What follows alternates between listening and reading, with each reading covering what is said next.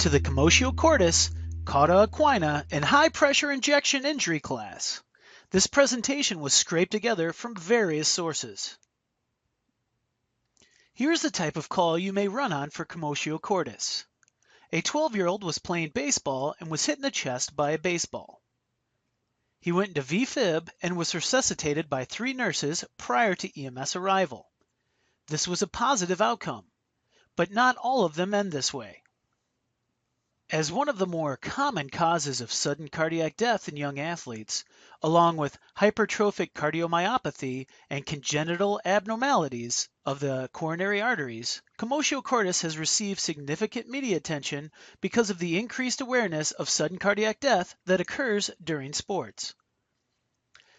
The basic statistics include the following. Young people are the most commonly affected, with a mean age of 15 years old. Only 9% of the reported cases occurred in someone older than 25 years of age. 95% of the reported cases have been in males. 75% of the cases have occurred during athletic events. 50% of those are during competitive sports, and 25% during the recreational sports. Most cases have been reported in 2 types of sports. First, there are sports with blunt projectiles, like in baseball, lacrosse, and hockey. Second are sports with more physical contact, like football or hockey. The overall survival rate in known victims of Commotio Cordis is only 15%. Successful resuscitation is often quite difficult to achieve. Initial EKG data recorded in the emergency room or by paramedics in the field was available in 82 patients in the U.S. Commotio Cordis registry. Analysis revealed that 33 of the cases had V-fib, 3 with ventricular tachycardia, 3 with bradyarrhythmias, 2 with idioventricular rhythms, and 1 with a complete heart block. 40 of the cases were documented asystole, which was unlikely to be the initial rhythm after impact, and is more likely a result of prolonged time from event to rhythm documentation. Application of early resuscitation and defibrillation appears to be the most important determinant of survival, as with other causes of V-fib. Cardiopulmonary resuscitation was known to have been performed in 106 of the individuals in the Commotio Cordis registry. Of 68 cases in which the early resuscitation was instituted, early resuscitation being 3 minutes or less, 17 patients survived, which is 25%. In the cases where resuscitation was substantially delayed, anything greater than 3 minutes, only 1 out of 38 survived, which is a 3% survival rate. Commotio Cordis has most commonly been described in the setting of organized sports, with most victims having been struck in the chest by standard projectiles used in the game. Generally, projectiles that resulted in Commotio Cordis have a dense, solid core, such as a baseball, hockey puck, or lacrosse ball. Projectiles with a non-solid core tend to collapse on contact and absorb much of the impact of energy.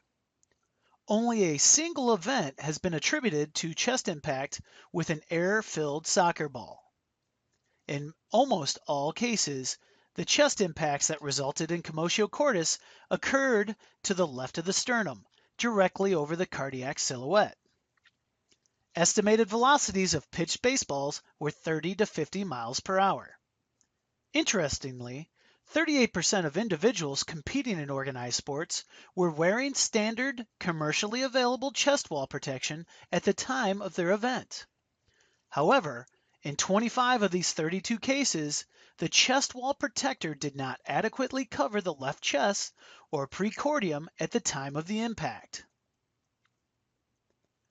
Although commonly associated with sport, Commotio Cordis has now been reported in a diverse spectrum of non-sports related activities. Many of these cases occurred in association with happenings of everyday life that resulted in often unintentional and innocuous appearing chest blows. Some such examples include a 23-year-old man fatally striking his friend in the chest as a mutually agreed upon remedy for hiccups. In 2 other cases, a 2-year-old girl was incidentally struck in the chest by the head of her pet dog, and a 5-year-old boy died instantly after being struck in the chest by a circular plastic sledding saucer. Young males, with a median age of 14 years, appear to be most at risk from Commotio Cordis. This susceptibility has been partially attributed to the compliant chest walls of children that allow for greater transmission of the impact energy into the myocardium. Only 28% of the cases in Commotio Cordis were aged over 18 years, with the oldest victim being a 44-year-old woman. Mechanism. Despite its traumatic appearance, sudden death due to Commotio Cordis appears to be a primary electrical event, with ventricular fibrillation occurring immediately upon chest wall impact. In experimental models, several critical variables appear to influence the likelihood of Commotio Cordis occurring, including the timing of the impact during the cardiac cycle, location of impact, and perhaps the velocity of impact. Increased dispersion of ventricular repolarization caused by the blow appears to underlie VFib in Commotio Cordis. The ATP-sensitive potassium channel is likely activated by the chest blow and contributes to the development of VFib. Conversely, stretch-activated calcium channels and the autonomic nervous system are not involved. Mechanical stimulation of the myocardium resulting in electrical events is well described, occurring in such circumstances as catheter-induced ectopic beats and thumping of the chest wall during a systole to produce PVCs. This phenomenon, termed mechanoelectric coupling, has been attributed to the presence of mechanosensitive ion channels that are activated by the deformation of the myocardial cell membrane. In Commotio Cordis, the rapid rise of ventricular pressure immediately following chest impact results in VFib. This is the result of the myocardial stretch and the activation of ion channels. Commotio Cordis appears to share certain electrical similarities with myocardial ischemia, including ST segment elevation and the phenomenon of R on T causing VFib. Activation of the potassium ATP channels is primarily responsible for the ST segment elevation noted in myocardial infarction and contributes to the increased risk of VFib associated with ischemia. In addition, mechanosensitivity of the potassium ATP channel have been previously demonstrated in a rat model. In our model of Commotio Cordis, infusion of glibenclamide, a potassium ATP channel inhibitor, reduced the magnitude of ST elevation and the incidence of VFib following chest blows. The results suggest that the immediate activation of the mechanosensitive potassium ATP channel by chest wall impacts is in part responsible for the induction of VFib in Commotio Cordis. Other stretch-sensitive ion channels are also likely to be involved. Interestingly, however, the blockade of the non-selective cation stretch-activated channel with streptomycin did not prevent induction of VFib in the model. In Commotio Cordis, the inward current generated through the opening of a mechanosensitive ion channel results in ventricle depolarizations that are in turn trigger the development of VFib.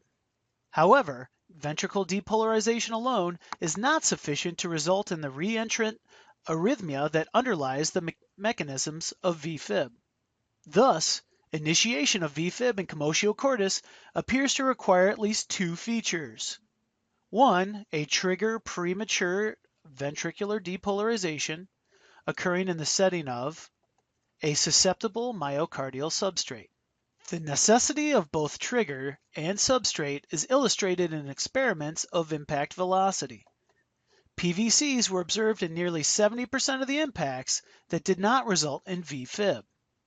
Thus, a trigger, this being ventricle depolarization, was produced, but did not result in VFib, presumably due to the absence of the appropriate substrate. Interestingly, both trigger for Commotio Cordis and the susceptible myocardial substrate are in part created by a chest wall blow occurring in the vulnerable portion of the cardiac cycle. Susceptibility to development of Commotio Cordis relates to the dispersion of repolarization that is present during the vulnerable period of the cardiac cycle when chest impact occurs. Recent data supports this hypothesis. Fluid-filled balloons were placed in the left ventricle of Langerhoff, perfused rabbit hearts, and increasing volume and pressures were applied at different points of the cardiac cycle. VFib was induced only when the balloon inflation occurred within a vulnerable window of 35 milliseconds to 88 milliseconds after the initiation of action potential.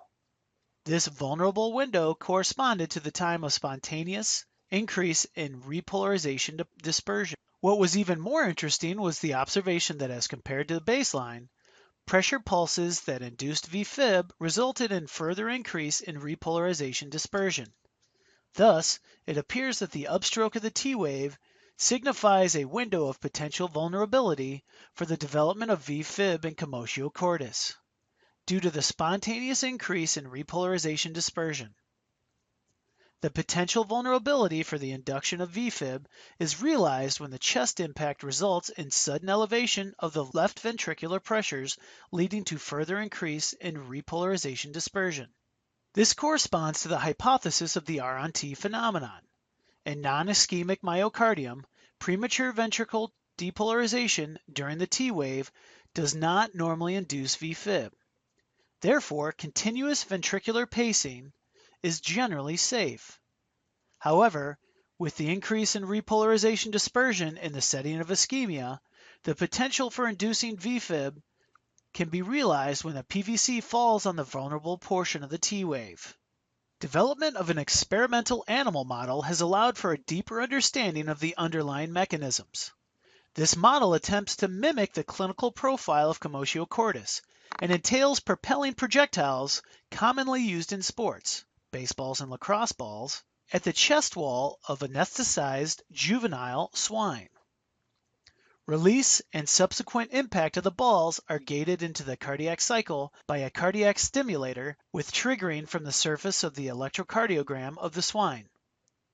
Initial experiments involving this animal model defined a narrow window of vulnerability within the cardiac cycle that is critical for the development of Commotio Cordis. When impacts occurred precisely within 10 to 30 milliseconds before the peak of the T wave, VFib was consistently produced. VFib was instantaneous and was not preceded by PVCs, ST segment changes, or a heart block. Chest impacts occurring in other portions of the cardiac cycle produced various other electrophysiologic effects, including ST segment elevation, PVC, transient heart block, and left bundle branch block, but it never resulted in VFib. This is a 6-lead electrocardiogram and intraventricular pressure measurement from a 24-pound pig undergoing a 30-mile-per-hour chest wall impact with an object the shape and weight of a standard baseball. Ventricular fibrillation is produced immediately upon impact within the vulnerable zone of the repolarization, which is 10 to 30 milliseconds prior to the peak of the T wave. The graph on the upper left shows the incidence of VFib induced by chest wall impacts at vulnerable period of repolarization, 10 to 30 milliseconds prior to the peak of the T wave, with a regulation baseball propelled at velocities ranging from 20 to 70 miles per hour in the pig model of Commotio Cordis. The incidence of VFib relative to the velocity of the chest impact had a peak incidence at 40 miles per hour. The graph on the lower right shows the differences in the frequency in which VFib resulted from chest wall impacts at 30 miles per hour during the period of cardiac cycle vulnerable to the induction of ventricle fibrillation. Likely due to a lack of early recognition and the failure to initiate timely aggressive resuscitation and defibrillation, the survival rate is only about 15%. Survival is most likely to occur with the institution of CPR and defibrillation within 3 minutes of the incident.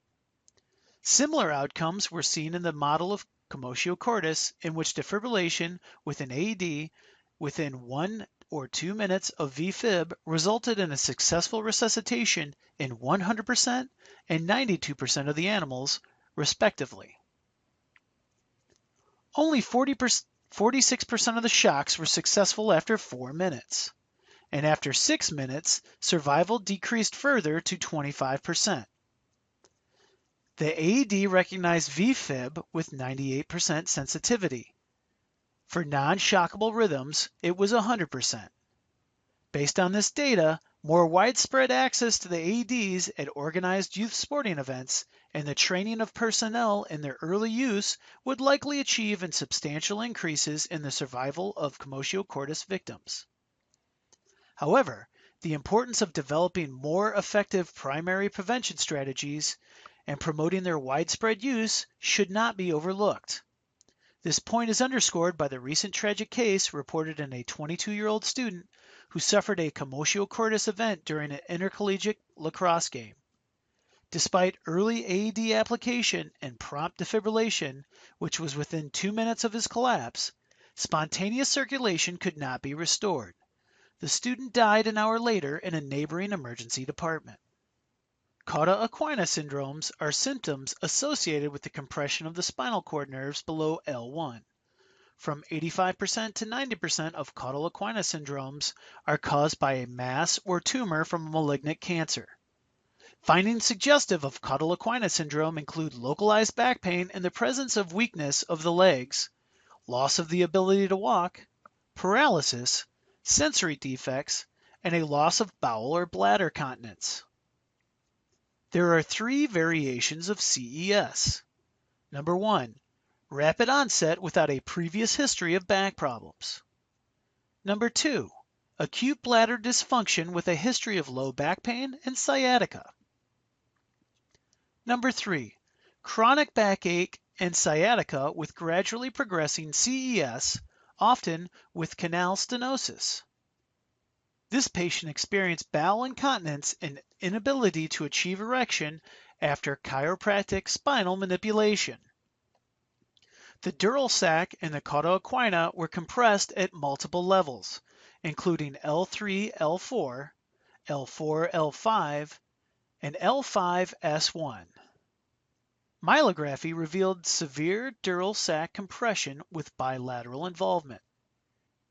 Lumbar MRI sagittal radiograph showing the L4, L5 herniated discs in the narrow area.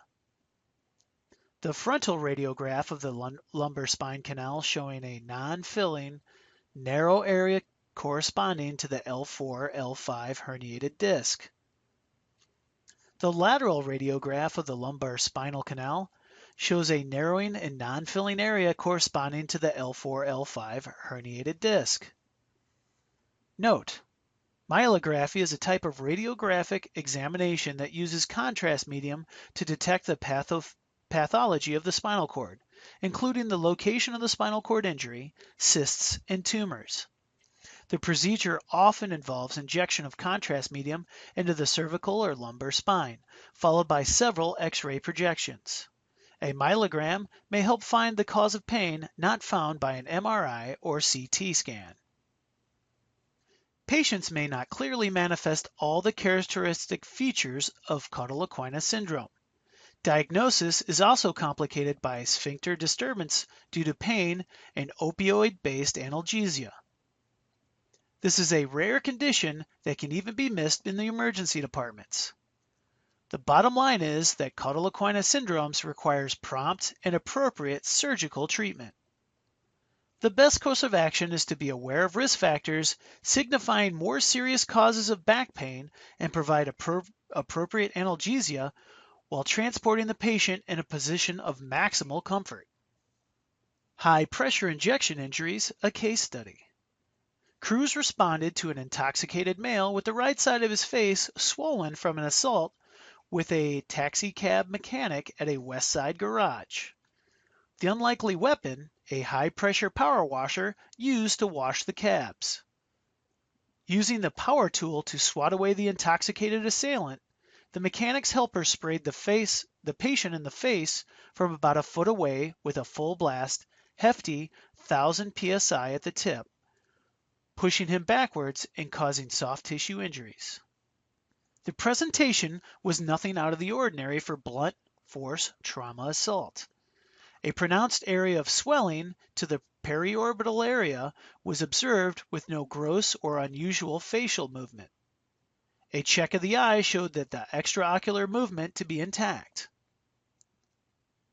No evidence of hyphema or injection into the globe itself, and no visual disturbances were reported. There was no evidence of a subcutaneous emphysema to the face or the orbit. But did that rule out air injection under the skin? This would end up being a low priority transport to the local 911 receiving hospital. But this would turn out to not be in the patient's best interest. Although over 100 case reports of high-pressure injection injuries of the hand can be found in literature, the incidence of these kinds of cases is difficult to assess. Nonetheless, a group from the University of Colorado described an estimated incident of 1 in 600 hand injuries seen in their emergency department. These numbers suggest that high-pressure injection injuries to the hand are relatively common, given the widespread use of pressure machinery. Some 60% of HPIs are from paint, 25% from grease, and 15% from any balance of hydraulic fluids. The typical presentation is in the young male in the industrial service industry setting. Injuries occur in the non-dominant hand in about 75% of the cases. High-pressure injection injuries continue to be caused by an increasing number of substances, including paint, wax, molten metal, air, water, paint thinner, and other solvents. Fluid and air under pressure can easily penetrate the skin and dissect deep tissues and compartments as they seek a path of least resistance. Generally, they'll track through the facial planes and neurovascular bundles. Skin penetration has been recorded at a distance of 4 inches from fluid source to skin. High-pressure injection injuries to the hand have a unique prognosis profile associated with the point of entry. Injection into the digit and its tendon sheath can have a dramatically poor prognosis, whereas the palm's anatomy, which is not entirely governed by facial planes, can have a better prognosis. Not all the injuries occur in hands or in adults. There are reports in the literature of an adult patient suffering from a pneumocranium and a child sustaining from a bicycle spoke puncture to the ankle with a pressurized air injection. Paints will generally have a necrotic effect on tissues, while grease will generally cause fibrosis. Water jets can inject skin flora and other bacteria into the tissue, creating a serious infection, as well as septic arthritis. Cements are extremely problematic as they can have a pH as high as 13 and create a thermal injury because of the curing process creates an exothermic reaction. Grease will create an olema in the acute phase of the injury and, if not treated, will result in a mass and fibrosis that can persist for years. Compartment syndromes, vessel thrombosis, serious infections, and tissue necrosis can develop rapidly after a high-pressure injection injury. Initially, the patient may complain only of mild pain and may even continue working, leading to a delay in definitive care.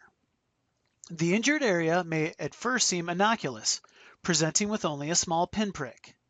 EMS providers and ED personnel who aren't familiar with this injury may regard it as insignificant, causing further delay in management, or worse, allowing the patient to refuse care and leave. The injured area, particularly if it's a digit, can eventually become extremely painful before becoming insensate. The tissue compartment will become edemous, tense, pale, and finally pulseless. Subcutaneous emphysema may or may not be present, so it's best not to make the diagnostic decision based on the presence or absence of this finding.